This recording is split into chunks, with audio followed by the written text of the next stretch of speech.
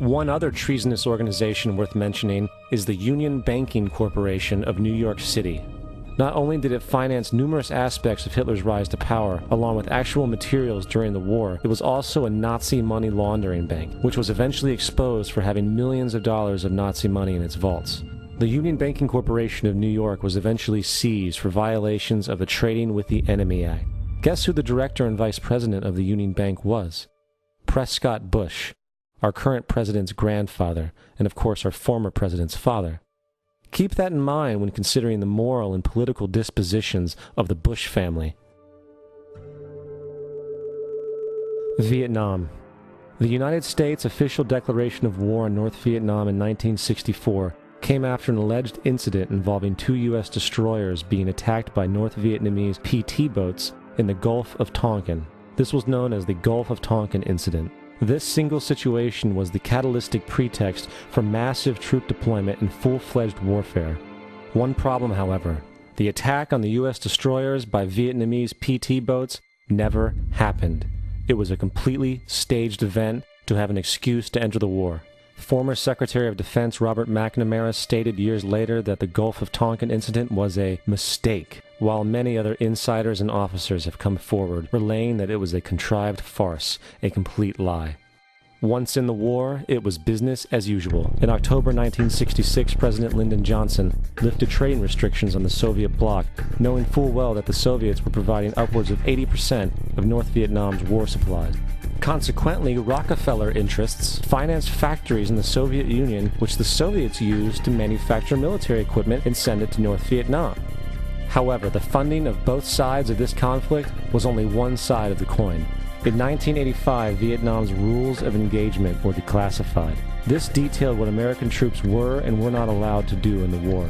It included absurdities like North Vietnamese anti-aircraft missile systems could not be bombed until they were known to be fully operational. No enemy could be pursued once they crossed the border of Laos or Cambodia. And most revealing of all, the most critical strategic targets were not allowed to be attacked unless initiated by high military officials.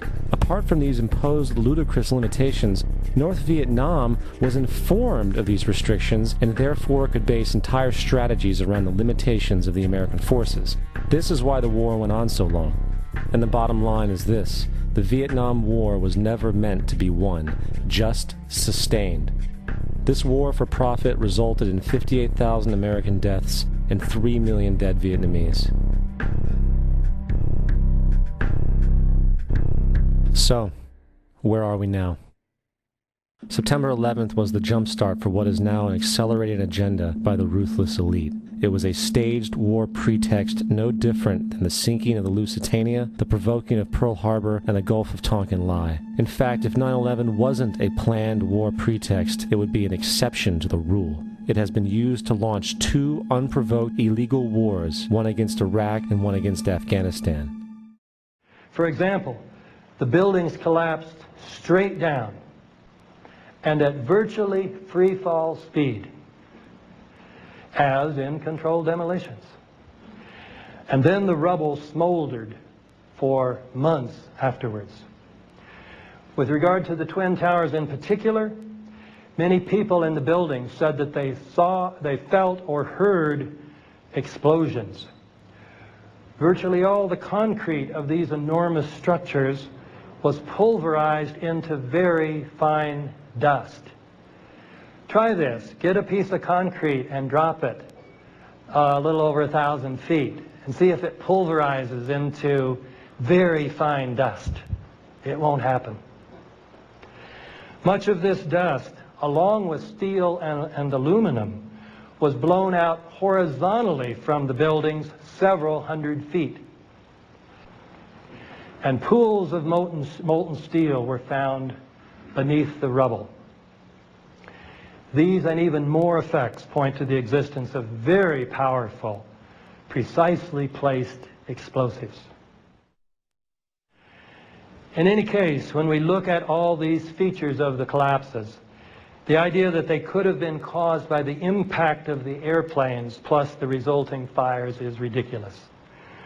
This is even clearer with regard to building number 7, which wasn't hit by any airplane. and yet it came down about 5:30 that afternoon.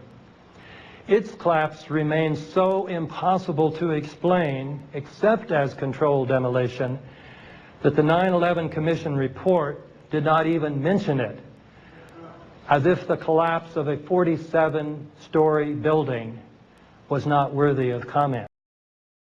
Reminiscent of those pictures we've all seen too much on television before, when a building was deliberately destroyed by well-placed dynamite to knock it down.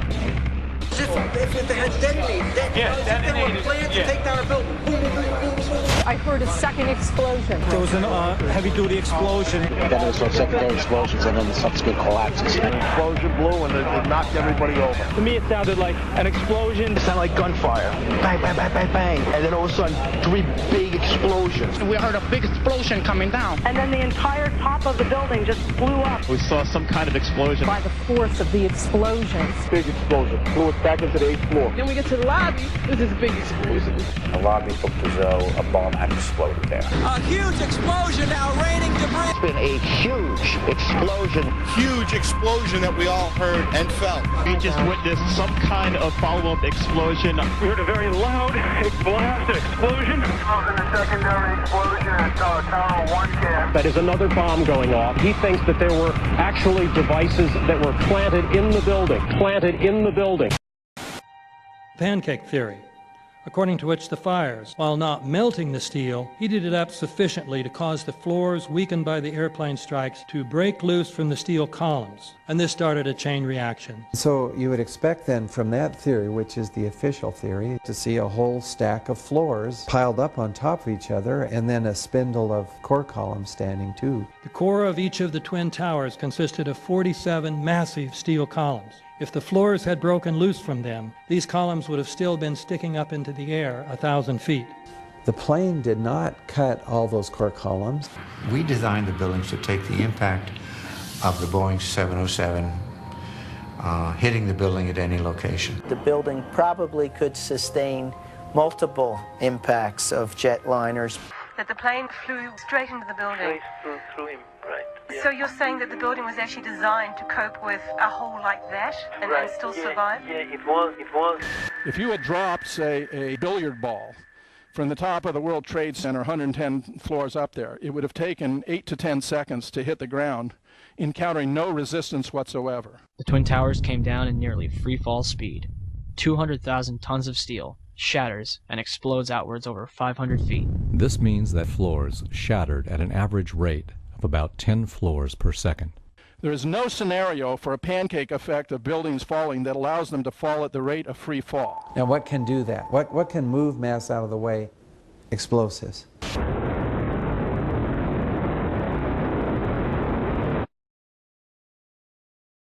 "47 huge steel columns going up the core. They're interconnected. How do you get them to fail simultaneously so the core disappears? It looks like those core columns were cut. The way we do this is by cutting the beam at an angle.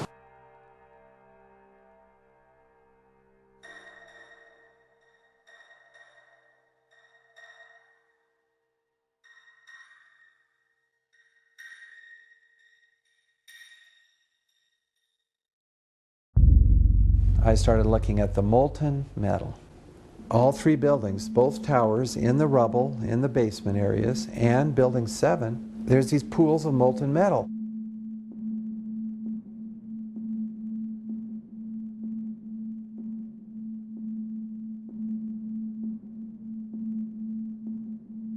You'd get down below and you'd see molten steel running down the channel rails, like you're in a foundry. Like lava. The molten steel was found 3, 4, and 5 weeks later, when the rubble was being removed. He said that molten steel was also found underneath World Trade Center 7. So I'm looking through the official reports. What do they say about the molten metal? They say nothing. But wait a minute. This is important evidence.